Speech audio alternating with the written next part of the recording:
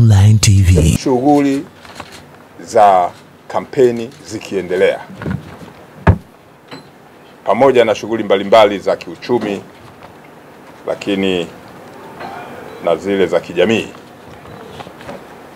Kesho na kesho kutwa kutakuwa na mikusanyiko mikubwa tena hapa Dar es Salaam, na mikusanyiko hii itafanyika katika uwanja wa Taifa wa Benjamin Mkapa maarufu kama uwanja wa Lupaso, tarehe 25 mwezi wa 10 mwaka huu wa 25 majira ya saa 11 za jioni.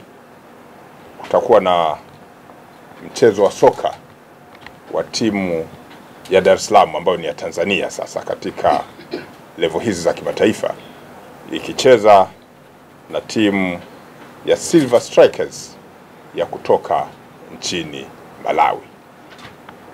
Mchezo huu umekusanya hisia tofauti kutoka kwa wapenzi wa soka kutokana na matokeo ya awali, na unatarajia kukusanya watu wengi, hasa kutokana na jinsi uongozi wa Yanga ulivyoamua mchezo huu uwe kwa mashabiki na wapenzi wa soka wa timu hiyo.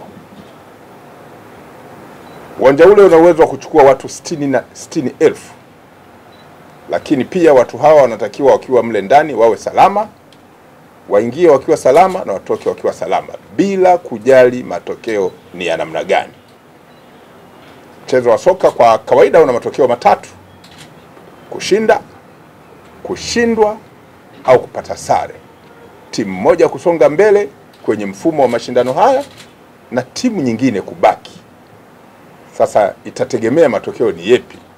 Sasa jukumu letu sisi, bila kujali aina ya matokeo, ni lazima watu walioingia kwenye uwanja ule waendelee kuwa katika mazingira ya usalama, wawe na furaha au na uchungu.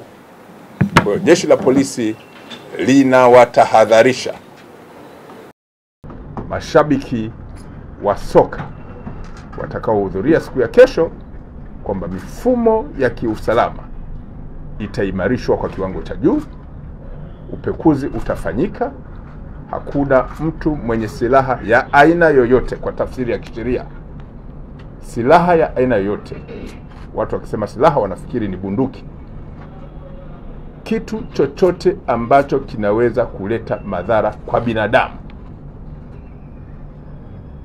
katika sura ya kujeruhi au kusababisha mazingira ya kiusalama kuharibika, hakitaruhusiwa. Kwa hiyo upekuzi utakuwa wa hali ya juu. Ni askari wachache au watu wenye mamlaka ya kiusalama wachache watakaoruhusiwa kuwa katika mazingira ya vyombo ambavyo vitasaidia kuimarisha usalama. Narudia, hakuna mtu yoyote asiye na mamlaka ya kisheria atakayeruhusiwa kuingia na kitu chochote ambacho kitatoa tafsiri ya kisheria kwamba ni silaha. Lakini tunawakumbusha kwamba barabara hii ya Duse itafungwa kama ambavyo kwenye michezo mikubwa tumekuwa tukifanya, na barabara ile ya Mandela itatumika zaidi katika kuingia na kutoka kwenye uwanja ule. Tunawakumbusha mashabiki wa soka kuwa wastaarabu katika lugha wanazozitumia wakiwa kwenye uwanja ule. Wakumbuke utamaduni wa Tanzania. Watu wanakwenda kwenye soka kama burudani, wanakwenda na familia, wanakwenda na waume zao, wanakwenda na wake zao, wanakwenda na watoto wao wa kiume na kike kama familia. Matusi mazito ya ovyo ambayo yanaporomoshwa na baadhi ya watu hayatavumiliwa. Narudia, tabia ya matusi ya ovyo yanayoporomoshwa na watu au baadhi ya watu hayatavumiliwa. Atakayeporomosha matusi ya ajabu tutamwaibisha pale pale. Narudia, vitendo vyovyote vya uvunjifu wa amani katika uwanja ule bila kujali matokeo havitavumiliwa.